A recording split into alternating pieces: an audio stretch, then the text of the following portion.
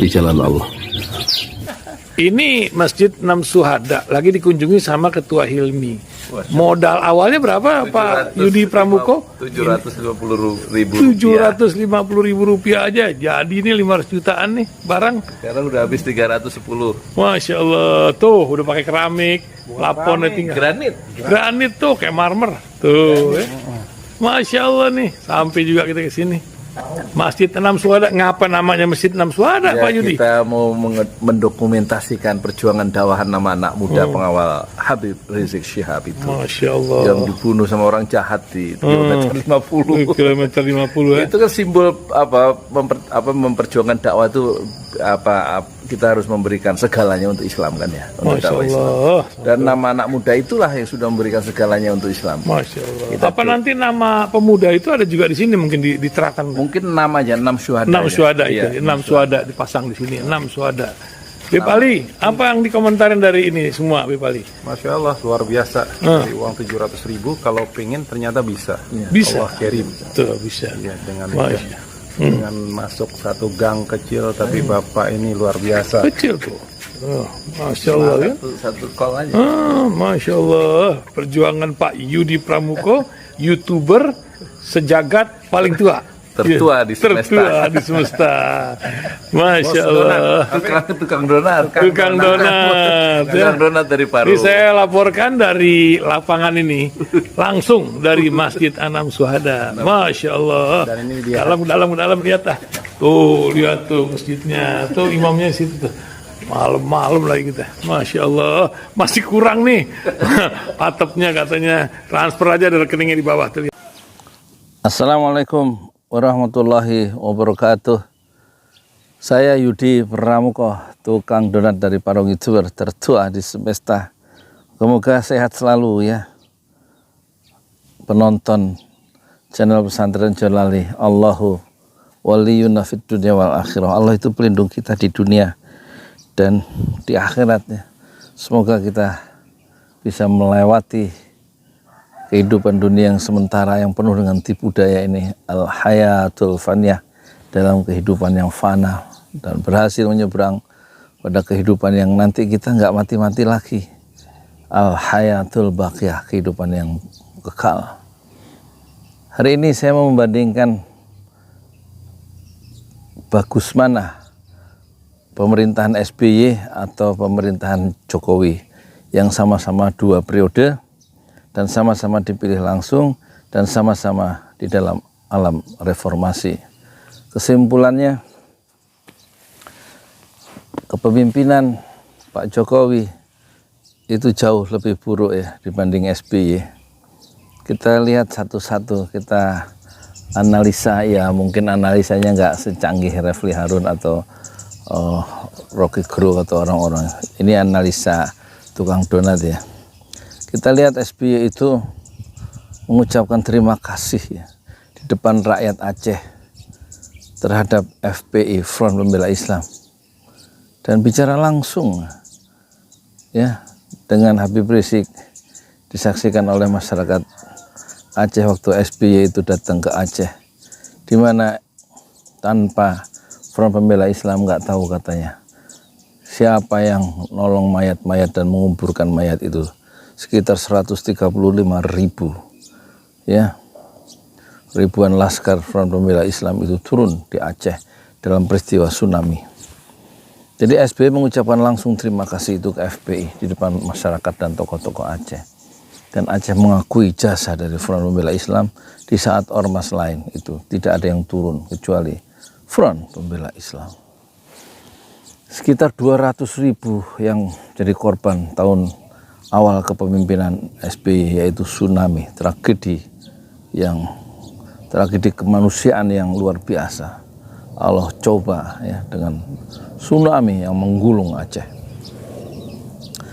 Tapi SBY juga waktu dituntut Ahmadiyah untuk dibubarkan oleh Front Pembela Islam dan lain-lain, SBY tidak membubarkan Ahmadiyah yang mengaku memiliki Nabi yang ke-26 setelah Nabi Muhammad. Sebagai organisasi yang menyimpang dari ajaran Islam, SBY tidak membubarkan Ahmadiyah dan SBY juga tidak membubarkan Syiah yang menurut dunia Islam, fatwa dunia Islam, ulama-ulama dunia Islam, dia aliran sesat Syiah. Tetapi Jokowi membubarkan Front Pembela Islam, organisasi Islam, dibubarkan oleh pemerintah sendiri, ya. Dan dia membubarkan Hizbut Tahrir Indonesia, dua organisasi yang bertumpu pada Quran dan Sunnah dibubarkan oleh pemerintahan Jokowi dengan dalangnya Mahfud MD. Jadi tampaknya pemerintah Jokowi lebih buruk ya dibanding SBY. Kemudian soal korupsi. Korupsi di SBY itu juga banyak kasus hambalang ya. Kasus IKTP, ya kan? Ada Setia Novanto yang 2, triliun. Kasus Bank Senturi 6,7 triliun zamannya Sri Mulyani. Dan sekarang Sri Mulyani dililit oleh pusaran kasus 349 triliun, lebih banyak daripada Sri Mulyani waktu terlibat dalam kasus Senturi zaman SBY. Dan kemudian yang koruptor itu banyak juga masuk penjara di zaman SBY. Dan proyek yang terkenal yang mangkrak adalah Hambalang, yang kemudian jadi bancaan. jadi bancaan orang-orang Partai Demokrat ya, Anas Urbaningrum dan lain-lain, termasuk Angela Sonda, termasuk apa banyak ya. Semakin disebutkan semakin banyak yang lupa ya. Sementara korupsi di SBY juga luar biasa. Malah BUMN itu pada rugi. Yang mangkrak itu tentu Bandara Internasional Kertajati yang jadi bengkel pesawat atau bengkel sepeda motor, entah berapa triliun itu. Dan utang ya.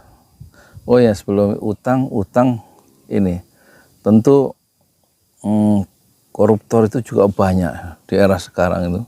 Menteri Sosial, Menteri Kelautan, menteri-menteri zaman Pak Jokowi masuk penjara. Yang mangkrak juga yang luar biasa Bandara Internasional Kertajati ya. Terus kemudian yang di Palembang banyak yang mangkrak itu menurut para ahli. Kemudian BUMN juga pada rontok ya. Pertamina rugi ya, BPJS rugi, APBN juga defisit, utang membengkak berkali-kali lipat, kereta cepat mangkrak, molor, membengkak, belum IKN, ya macam-macam. Ya itulah ya zamannya SBY jauh lebih buruk menurut persepsi internasional, indeks corruption corruption CPI itu. Jadi indeks korupsi menurut Transparansi Internasional kita buruk ya, justru jatuh menjadi salah satu negara yang paling korup di dunia ya, dengan nilai skornya itu dari 38 turun menjadi 34, mendekati Somalia yang skornya itu 12. Kalau negara yang skornya tinggi adalah Finlandia 93, negara yang paling bersih, nggak ada korupsinya itu, Finlandia, kemudian Singapura ya. Sementara kita Indonesia di zaman Pak Jokowi indeks korupsinya itu Corruption Perception Index ya, yang dikeluarkan oleh laporan tahunan yang dikeluarkan oleh Transparansi Internasional. Indonesia itu berada ranking 110 dari 168 negara. Jadi betul-betul kita negara yang dikuasai oleh para maling. Kalau dalam bahasa Jeffrey Winters ya, Indonesianis asal Amerika ya. Jadi dari segi hak asasi manusia terjadi pembunuhan ya, waktu menangani kasus Bawaslu itu ada 8 atau 9 yang mati demonstrasi dihadapi dengan keras oleh polisi dengan videonya yang mengerikan yang beredar itu, dan saya nggak berani memuatnya, pasti kena take down nanti ya.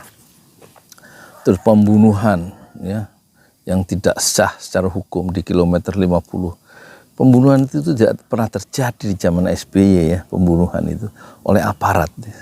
Tapi di kita ini pembunuhan itu terjadi dalam demonstrasi, dan kemudian yang fenomenal yang nggak bisa diselesaikan dengan adil adalah terbunuhnya atau dibunuhnya 6 Laskar Front Pembela Islam, dan organisasi dibubarkan.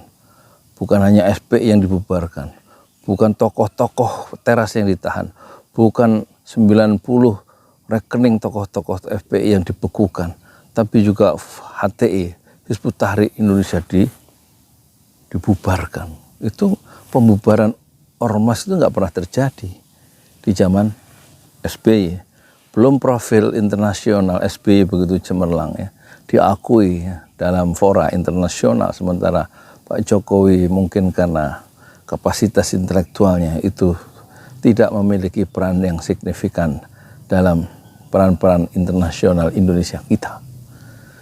Apalagi perbandingan yang membuat Indonesia itu di bawah kepemimpinan Pak Jokowi itu jauh lebih buruk ya dibanding SBY. SBY ekonominya tumbuh sampai 7-8%, sementara kita di akhir kepemimpinan Pak Jokowi itu 5,3. Pokoknya tidak sampai 7, tidak cemerlang secemerlang pertumbuhan ekonomi zaman SBY. Jadi sukar untuk menyimpulkan ya bahwa kepemimpinan Pak Jokowi itu lebih baik, tidak, justru lebih buruk dari SBY.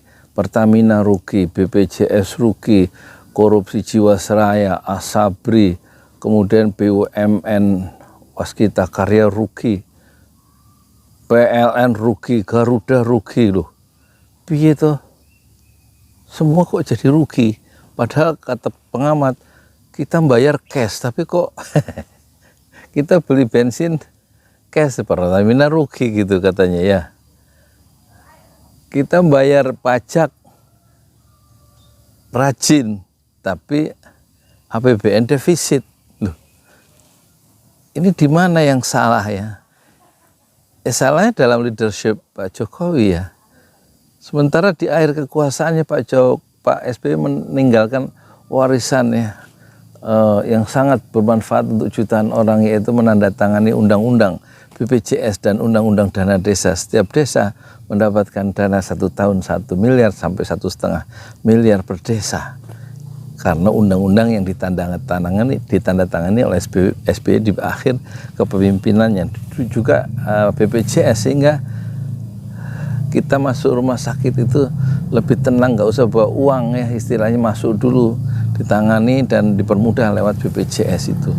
Itulah warisan yang tidak dilakukan oleh Jokowi. Jokowi menandatangani undang-undang pelemahan KPK, ribut orang di mana-mana protes. Kemudian menandatangani undang-undang Cipta Kerja, ribut orang-orang buru-buru protes di mana-mana.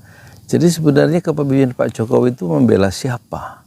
Harusnya kan membela tanah tumpah darah Indonesia, mencerdaskan kehidupan bangsa, ya kan?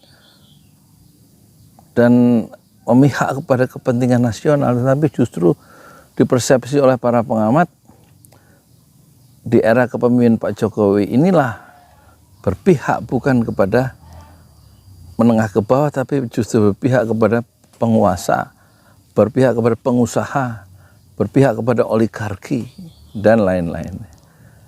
Dan yang terakhir tentu mengapa kepemimpinan Pak Jokowi itu buruk dibanding SBY dengan parameter tadi, tentu betapa banyaknya orang-orang kritis yang dipenjara, dimasukkan, dijebloskan ke dalam bui. Dalam pemerintahan ini ada Syahkanda. Di zaman SBY tidak satu pun pengkritik pemerintah itu dijebloskan ke dalam penjara. Sebagaimana Habibie tidak pernah memasukkan orang ke dalam penjara. Tapi di zaman sekarang, di zaman pemerintahan Pak Jokowi, tokoh-tokoh ya, Habib Bahar masuk penjara, Habib Rizik masuk penjara, ya Dr. Syah Ganda Nainggolan masuk penjara, Anton Permana masuk penjara, Novel Baswedan disiram oleh air keras ya.